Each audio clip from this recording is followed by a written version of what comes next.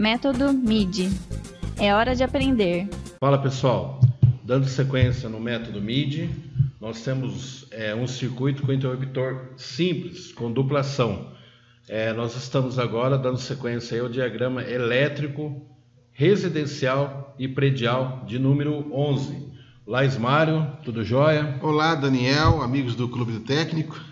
Vamos começar aqui a diagrama e simbologia elétrico número 11, que se trata da parte residencial e predial. Correto.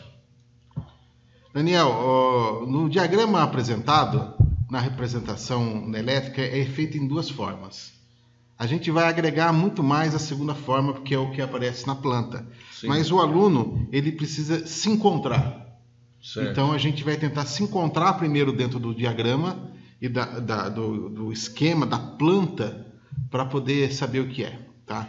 Então está representado de duas formas. A representação multifilar, que é a forma que é construída, e a representação unifilar, que é a do outro lado, que é a representação que fica na planta.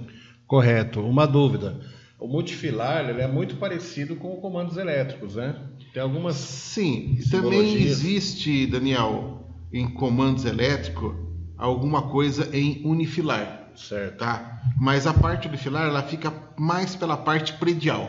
Certo. Tá? Correto. Porque por ser mais amplo, muito grande, então pode ser representado numa planta até menor. Correto.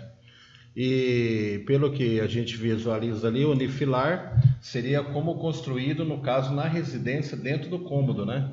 Exatamente. A unifilar é a representação elétrica dentro da parte estrutural. Tá? Então a gente vê lá um quarto, uma residência, um trecho, né? Que tem uma porta e uma janela, simplesmente, bem simples. Temos a parede e ela é representada na parte superior do teto. E uma coisa que a pessoa tem muita dificuldade, Daniel, é que essa representação em arco, que apresenta na parte unifilar, essa representação em arco, nem sempre ela é apresentada em arco. Geralmente em linha reta também. Mas como a gente está começando a entender, a representação em arco, ela diferencia as outras linhas retas que podem vir a aparecer. Então, a parte de compreensão fica mais fácil. E o que seria essa representação? Então, observe que nesse cômodo, no seu centro do cômodo no teto, tem um receptáculo com uma lâmpada de 100 watts e ela é identificada como L1. Correto. Essa lâmpada, certo? Ela está identificada também da mesma forma na representação multifilar. Só que eu mudei a potência, viu, Daniel? Sim. Por que eu mudei a potência? Para o aluno entender que eu posso colocar qualquer lâmpada, mas a lâmpada que eu colocar deve ser representada pela potência. Sim. Inclusive se ela for a LED, coloque-se na frente LED, que é mais baixo consumo ainda. Mas é apenas uma parte representativa, tá? Então eu posso representar 40, 100, 150, tá? Então por isso que os valores de potência estão diferentes, mas a identificação é a mesma, ó, L1 e L1. Então na laje, imagina na casa onde vocês moram, na laje superior, ela vem embutida o quê? Dentro da fusão do concreto. Esse eletroduto, vou mostrar para vocês aqui na parte prática. Esse eletroduto conjugado. Esse conjugado porque ele é flexível, tá? Esse é um eletroduto de meia polegada. Tem menor, tem maior. E também pode ser colocado tubulação. Mas a tubulação já é fixa. Então torna difícil a sua flexibilidade. Para que serve? Para fazer um duto. Que dentro desse duto vai trafegar os condutores elétricos. Então o teto tem toda essa montagem e depois tem uma caixinha. Eu vou mostrar uma das caixinhas aqui, mas já é a parte industrial, tá? Como se fosse uma caixinha industrial. Essa caixinha aqui, se fosse um tubo, esse tubo entraria aqui e seria sobreposto no teto ou na parede. Isso depende do que vai ser colocado aqui. Ela pode ser retangular, quadrada ou hexagonal. Na construção residencial, esse material é plástico. Tá? Então, para a parte residencial, geralmente se usa plástico. Então, dentro da indústria, sobreposto, usamos, né, algo metálico, mas não quer dizer que possa usar esse. Mas geralmente, né, é exposta a estrutura, então eu posso usar esse tipo de material. E na predial, o plástico. Como que agrega o plástico? Eu tenho janelas, que é cortada a janela com um estilete, com um alicate de ponta, de alguma forma, e encaixa a tubulação devidamente aonde eu quero, a posição que eu quero. Tá? E isso aqui é concretado, fixo na posição correta e chega a tubulação. Dentro dessa tubulação, Daniel, dessa tubulação prevista, vai conter os condutores. Por exemplo, eu tenho um condutor aqui que está errado, viu, Daniel? Vou mostrar o erro já para nós ir aprendendo, tá? Eu tenho um condutor, tá? Flexível.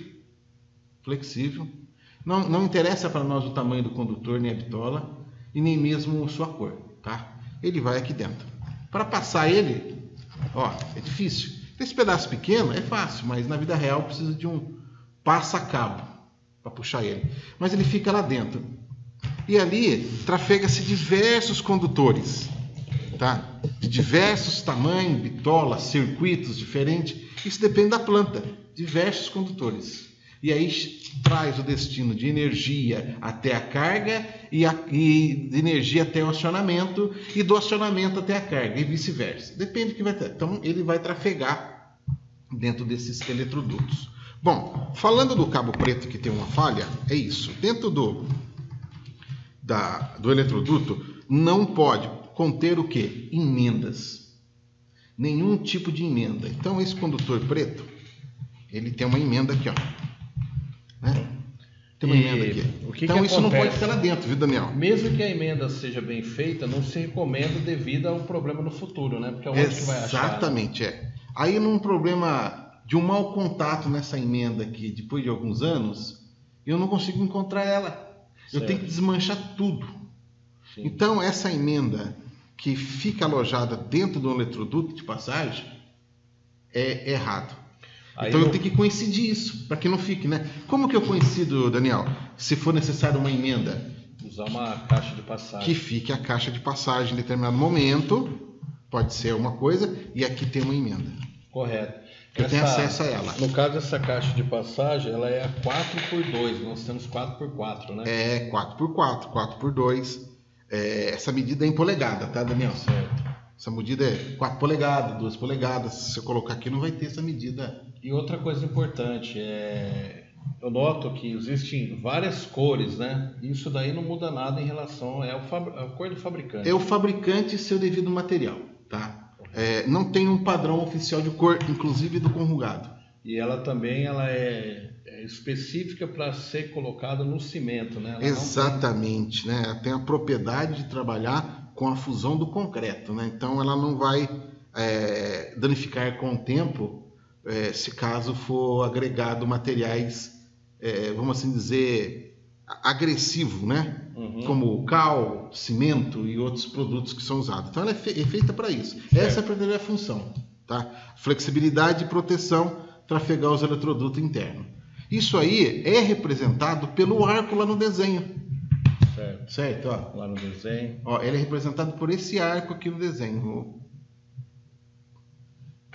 Aqui, tá vendo? Esse arco aqui no desenho. E dentro desse arco, que é o eletroduto, tem essas representações aqui, ó. Tá vendo? Essas representações como um risco, um L invertido, né? Olha aqui um meio risco. Bom, isso quer dizer o seguinte, está identificado aqui para facilitar. Isso é muito fácil. Isso quer dizer que dentro desse eletroduto tem um condutor fase. Tá? Tem um condutor fase. E esse outro condutor tem um condutor neutro.